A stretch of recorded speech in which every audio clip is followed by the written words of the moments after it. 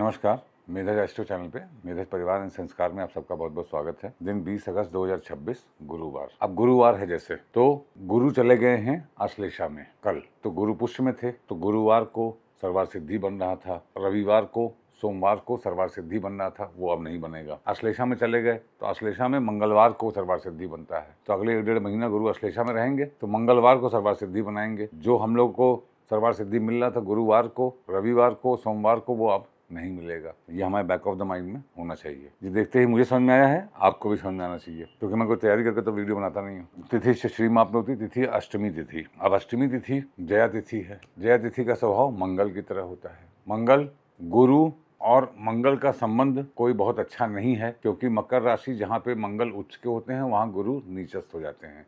तो एक प्रकार से ऑपोजिट एनर्जी ही मैं समझता हूँ। गुरु मंगल साथ में हो, त्रिकोण में हो तो निर्माण योग तो कराते हैं, वो बात सही है, मगर झटके से बहुत बड़ा डाउनफॉल दे देते हैं, क्योंकि मंगल उच्च के हैं, गुरु नीचस्थ हैं। अति पराक्रम विदाउट डायरेक्शन। तो गुरुवार के दिन अष्टमी जो कि जया तिथि है, वो विष योग बना रही है। श्री प्राप्त करने में आपको अत्यधिक मार्गदर्शन और ज्ञान की आवश्यकता होगी। अष्टमी तिथि के दिन मिथुन और कन्या राशि दग्ध होती है। मिथुन और कन्या दोनों में से किसी में भी वक्री ग्रह नहीं है, इसलिए इसका मटेरियल सिग्निफिकेशन नहीं मिलेगा। अष्टमी तिथि के पाक ग्रह भी राहु हैं और भोग्य ग्रह भी राहु हैं। राहु फिलहाल धनिष्ठा नक्षत्र में है, गोचर कर रहे हैं। धनिष्ठा नक्षत्र में राहु गए तो मुझे जब जब धनिष्ठा की याद आती थी, मुझे लगता था मैं आपको एक कहानी सुना दूं। आज के दिन भी सुना देता हूं, क्योंकि आज देखिए विशाखा नक्षत्र भी है, सुबह 9 बजे तक, फिर अनुराधा है। तो जब विशाखा है तो सर्वतोभद्र के अनुसार, चूंकि साउथ डायरेक्शन का आखिरी नक्षत्र है, तो बाकी डायरेक्शन के पहले नक्षत्र एक्टिवेट होंगे। तो नॉर्थ डायरेक्शन का पहला नक्षत्र है धनिष्ठा, जिसका मतलब आज गुरुवार के दिन राहु एक्टिवेट हो रहे हैं। तो अष्टमी तिथि है। अष्टमी तिथि से कर्मों में परिवर्तन होता है। वारात ऐश्वर्धनम, वार है गुरुवार। गुरुवार जब हो तो रेवती, अनुराधा, अश्विनी, पुनर्वसु, पुष्य में कोई ग्रह हो तो वो सर्वार सिद्धि योग बनाता है। तो अब इनमें से किसी में भी कोई प्लैनेट नहीं है। रेवती में शनिदेव है, तो शनिदेव से आज सर्वार सिद्धि योग बन रहा है। जब तक रेवती में रहेंगे, गुरुवार और शुक्रवार को हमारे जीवन को वो सर्वार सिद्धि योग प्रदान करके संभाले रखेंगे। जिनके लिए ये ज्यादा एप्लीकेबल होगा सर्वार सिद्धि योग, जिनका गुरुवार का जन्म हो, गुरु का लग्न हो, गुरु की होरा में जन्म हो, उनके लिए ये आज एप्लीकेबल होगा। तो देखिए, अष्टमी तिथि गुरुवार के दिन अच्छा योग नहीं बनाती है, विष योग बनाती है।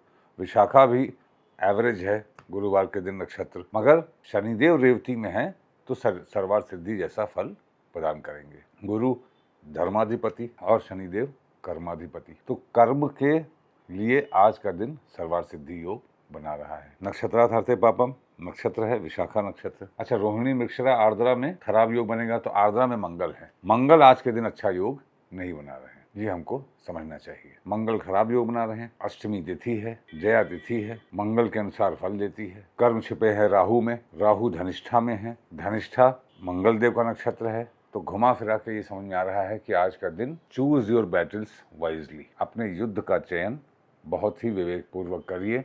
डिसीजंस गलत हो सकते हैं, बिना बात के झगड़ा हो सकता है, अननेसेसरी आप परेशान हो सकते हैं। इसलिए क्योंकि शनिदेव सर्वार सिद्धि योग बना रहे हैं, तो जो रूटीन के काम हैं उन काम को करिए, और चूँकि वक्री हैं तो मेहनत से करिए, कई बार करिए, ना हो रहा हो तो प्रयास करिए, मेहनत मत छोड़िए। विशाखा वैसे भी वाया कार्य करने का दिन है, किसी के थ्रू कार्य करिए, अपनी बात किसी के थ्रू कहलवाइए। देखिए, नक्षत्र हमारे पाप बताते हैं, तो विशाखा के दिन क्या पाप समझ में आता है कि हम अपना काम करने में सेल्फिश हो रहे हैं। विशाखा सेल्फिशनेस का भी नक्षत्र है, अपनी इंद्र का नक्षत्र है, भगवान इंद्र का है। सत्ता प्राप्त करने के लिए हम सेल्फिश न हो, इस बात का हमको विशेष ध्यान रखना है। योगात रोग निवारणम, योग है इंद्र योग। इंद्र योग उत्तरा भाद्रपद नक्षत्र में होता है। उत्तरा भाद्रपद क्या है? अपने परिवार की रक्षा करने का नक्षत्र है। आज के दिन अपने परिवार की रक्षा करिए और अपने प्रेमी जनों का, घर परिवार के लोगों का ध्यान रखिए, तो आज के दिन आपको अच्छा योग प्राप्त होगा। करणात् कार्य सिद्धिश्च, करण है वृष्टिकरण। वृष्टिकरण शनिदेव हैं, शनिदेव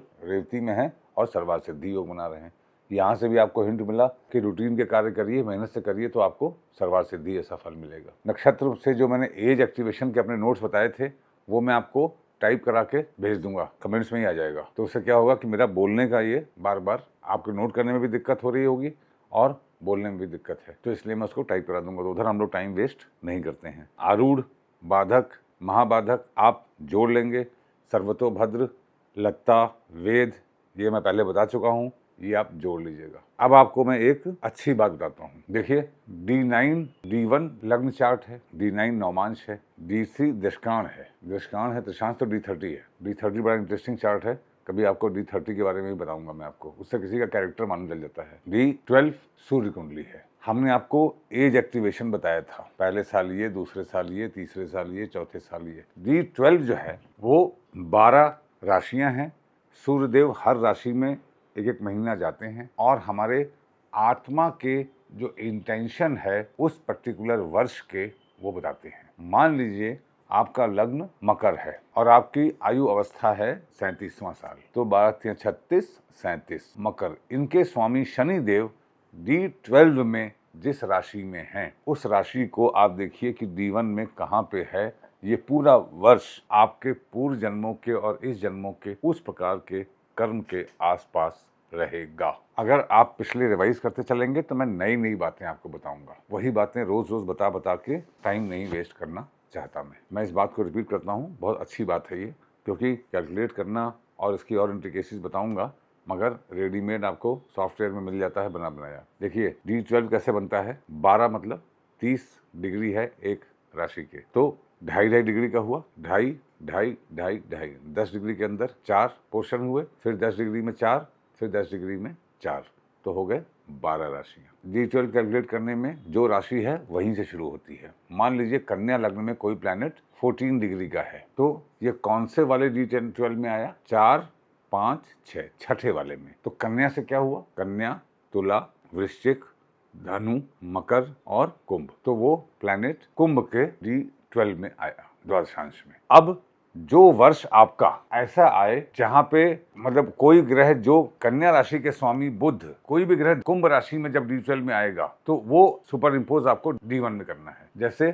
मान लीजिए आपका मकर बना है, तो मकर का ही बताता हूँ। आपका 42वां साल है, तो 42वां साल कैसे हुआ, 12 12 24 12 2 24 12 3 36 37 38 39 40 41 42, ये 42वां साल हुआ। यहाँ पे क्या है, मिथुन। मिथुन के स्वामी बुध D12 में किस राशि में है देखिए।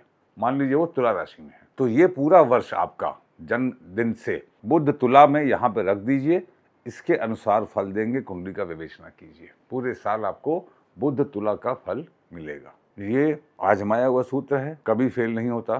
पूरे वर्ष में आपका क्या लाइन ऑफ एक्शन होगा, किस प्रकार से कर्मों का मैनिफेस्टेशन होगा, ये तुला राशि के बुध बताएंगे। मान लीजिए आपका 27वां साल है, मैं तो रैंडम एग्जांपल के लिए बता रहा हूँ आपको, तो 12 दूनी 24 25 26 27वां हुआ। यहाँ पे तीसरा भाव, तीसरे भाव में मीन राशि है, मीन के स्वामी गुरु। अब देखिए D12 में गुरु किस राशि में है, जिस राशि में हो उसको यहाँ पे देखिए कहाँ पे है वो राशि, उस ग्रह को वहां बैठा दीजिए। अगर कोई ग्रह साथ में है तो उसको भी यहाँ बैठा दीजिए। पूरे साल आपको उसी ग्रह का रिजल्ट मिलेगा। कब मिलेगा, ज्यादातर जब मंथ प्रोग्रेशन आप देखेंगे। जैसे मान लीजिए ये 27वां साल यहाँ आया था, तो 27वां साल का पहला महीना ये, दूसरा महीना ये, तीसरा ये, चौथा ये, पांचवा ये, छठा ये एंड सो ऑन। इसको मैं जूम कॉल में और एक्सप्लेन भी करूंगा। ये बहुत ही अकाट सूत्र है जीवन को समझने के लिए, इसको समझिए और इसका अपना एक्सपीरियंस भी लिखिएगा। घर से बाहर निकलने से पहले गुरुवार का दिन है, जीरा खाकर निकलिए। आपका दिन शुभ हो। Thank you very much.